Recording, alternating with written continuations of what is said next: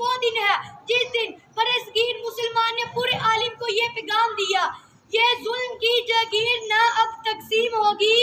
ये जुल्म की जागीर ना अब तकसीम होगी, कोई जब्त की कहानी ना अब तस्लीम होगी। मेरे मोहतरम दोस्तों, 23 मार्च वो दिन है जिस दिन दो कौमी नजरिया को अमली जामा पहनाए, ईमान, इत्तेहाद, तंजीम के नारे को बाकायदा एक मुनज़्ज़म शक्ल रखने और काम और सिर्फ काम का मकसद रखने वाले कायदे-ए-आज़म की हर बात पर मोहर लगाने का वक्त आन पहुंचा। तमाम ताकतों जुर्रत को दिल में समेट के सब एक आग में पुकार उठे, एक ऐसा वतन चाहिए